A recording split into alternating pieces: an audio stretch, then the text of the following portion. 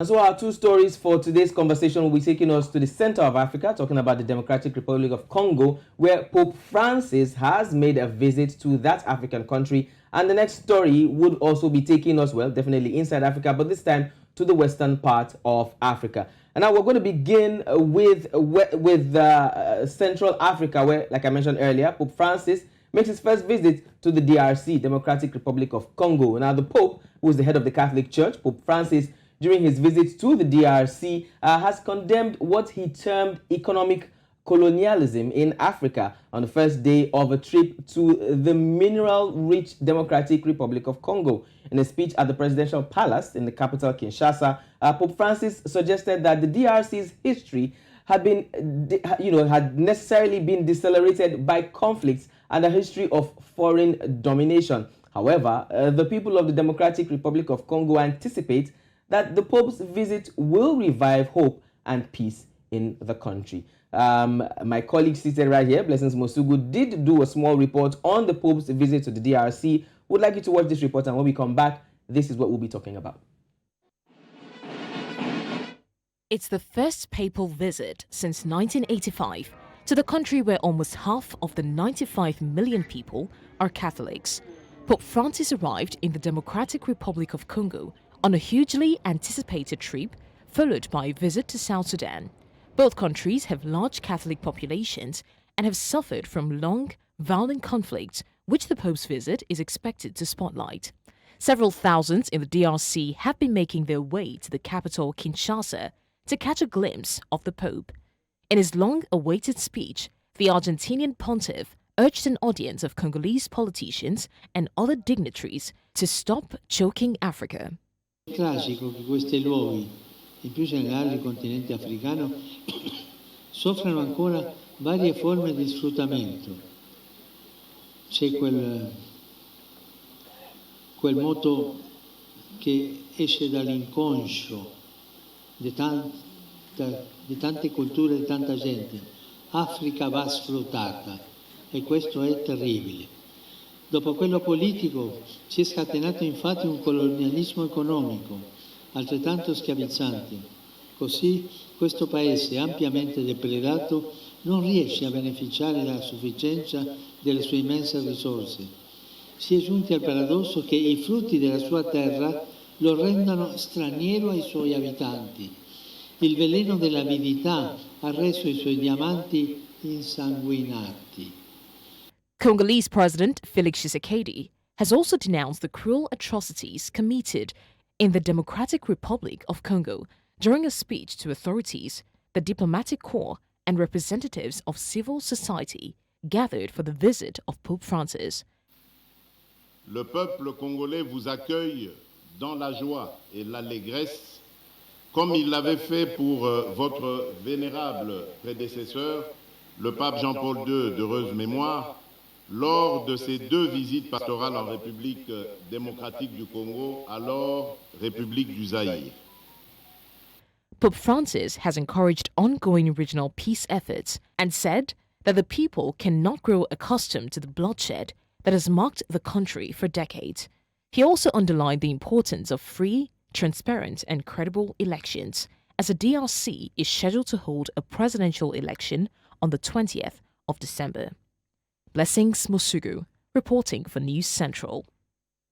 Well, there you have it. Now, with over 1 million attendees, the pontiff celebrated one of his largest masses yet. In fact, it was a public holiday in DR Congo for as many people who would want to visit that iconic, or who want to experience that iconic visit. And, one would wonder, why exactly is Pope Francis visiting the DR Congo? Now, you should know that that country has been a battleground for over 100, armed groups, and one of which is the DR Congo, which is the M23 rather, which is one of the deadliest armed group in the North Kivu province. Now, the last we heard about the peace talks for the country was when it was held in November 2022 in Kenya, Nairobi, Kenya, and then they agreed that some Kenya troops will be sent to DR Congo, and subsequently troops from Uganda and other countries would also be sent there. But we don't know much about the peace process, and the M23 has refused to back down, although we hear that they're ready to sign the peace deal, but we don't know that for sure. So that's why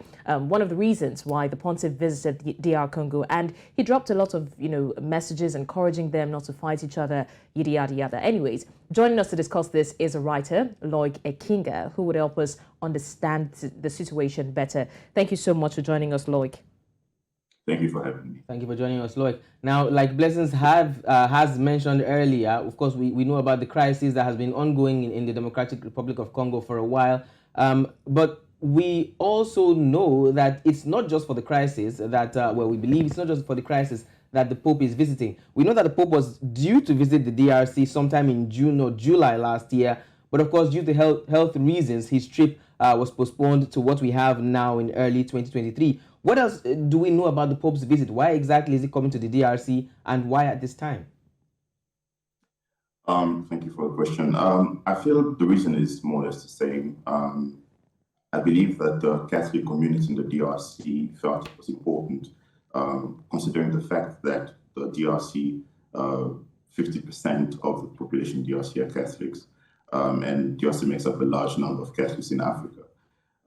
They felt like they needed to invite their leader here to speak about the issue because it doesn't change. I mean, last year or this year or for the last 30 years, there has been violence in the eastern part of the country. And it just so happens because of the injury, the Pope arrives on the election year, which adds a different dimension to the visit. But it remains the same. It talks about the violence in the East and shining a light on the atrocities and the violence that my fellow brothers are experiencing in the country. All right, Loic, now it's interesting to know that the Pope's visit also comes, the second day of his visit is the continuation of the conflict. And this conflict you talk about has displaced over a 500,000 people and killed a lot of others. So what are the expectations of the DRC people from this visit? I feel like we can all have different political views and be polarized in our understanding or our ideologies. But if, like I said, the numbers do show that most Congolese people are Catholics, so it's a move towards unity. It's a move towards us putting away our differences, our political differences, and listening to the leader of the Catholic Church. And it's a unifying move. That's what the importance of this visit is. We know that among tribalism, and of course, we live in a polarized world in terms of politics and ideologies. But one thing that people can always come together as brothers is through religion and what will best to come and unify different camps, if not the leader of the church. True. And we know that most times when the Pope, and not just this Pope, different popes in the past, when they visit Africa, or particularly Africa, they tend to touch some other countries around the center or the first country that they're visiting. We know that the Pope is also visiting South Sudan in this particular trip. What do we know about his visit to South Sudan besides his visit to the DRC? Same. It's still the same. He's trying. I think for South Sudan, the similarities are striking because since 2011, if I'm not mistaken, South Sudan has been struggling with political strife, and there's been a civil war going on. Despite the peace treaty that was signed a couple of years ago, there are still things that are not going quite right. I believe last year in June, the UN had to stop food aid to South Sudanese because donors directed their attention to Ukraine, to the crisis in Ukraine. And I'm not downplaying what's happening in Ukraine, but this is why the Pope is here to shine a light on the conflict that's been going on since the foundation of South Sudan, which is the world's youngest nation since 2011, if I'm not mistaken. So it's the same agenda, it's the same mission that the Pope has to shine light on these countries that are struggling. I mean, South Sudan has around 5 million people who have been displaced and some who have fled the country because of the violence. And these are things that we don't talk about enough. Human lives are being lost and we don't talk about it enough. And for the Pope to be there, like I said, the mission is the same. Shine light on these people that the news doesn't seem to cover enough. All right, thank you, Loic. Now, this particular Pope has visited African countries like Kenya, like Uganda, the CAR, Egypt, Morocco, Mozambique, you name it. Can we actually say that his visits have had any impact on these African countries that he has been to? Yes, yes. There are reports, especially in Kenya, for instance, when the Pope arrived in Kenya, it was around the time of great political tension between the two main political parties. And he spoke about brotherhood and message of hope and unity. And many reports, like I said, do claim that it was the temperature went down a bit. And so that's basically what it is. Like I was mentioning earlier, it doesn't really matter what our political ideologies are. If we are all Catholics, so we all religious people. When the leader of the church comes, we tend to forget about our differences and focus on the message of the leader of the church. And the impact has been felt, and I believe the same outcome can be expected, hopefully, in the DRC. All right, let's talk a bit about the conflict in itself. Why exactly do you think it has lasted this long? I mean, we know that the armed groups, armed forces are, fighting for power. It's a bit of a power tussle, and it's lasting so long, having the impact of, like we always say here on RDA, when two elephants fight, the grass suffers. So it's having massive impact on the people displaced, people losing their lives, losing their children, missing people here and there. Why exactly has it lasted this long, and do we see any end to it? I think it's an open secret at this point that it's control of territory and what's on the ground in those territories. I mean, the civil war in DRC and the fighting started for as long as I've lived, I think in the early 90s, and it's all the same.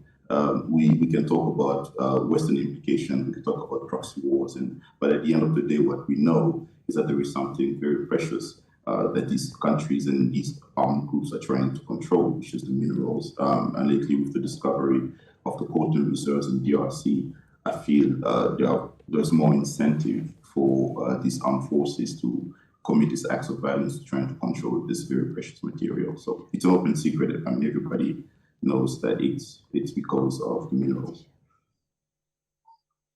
Okay, now the Pope's visit, do you think that, the Pope basically talked about politicians and asking them to stop the tensions in the DRC.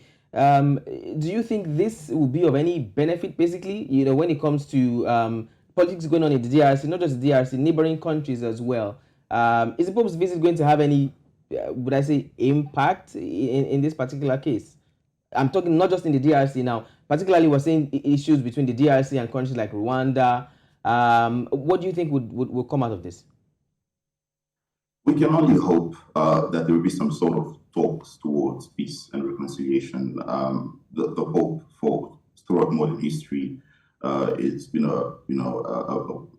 active participant, political participant in world history, in different conflicts in different parts of the world, and we can only hope with the authority that he holds, that he will be able to get these people to rethink war and to rethink violence.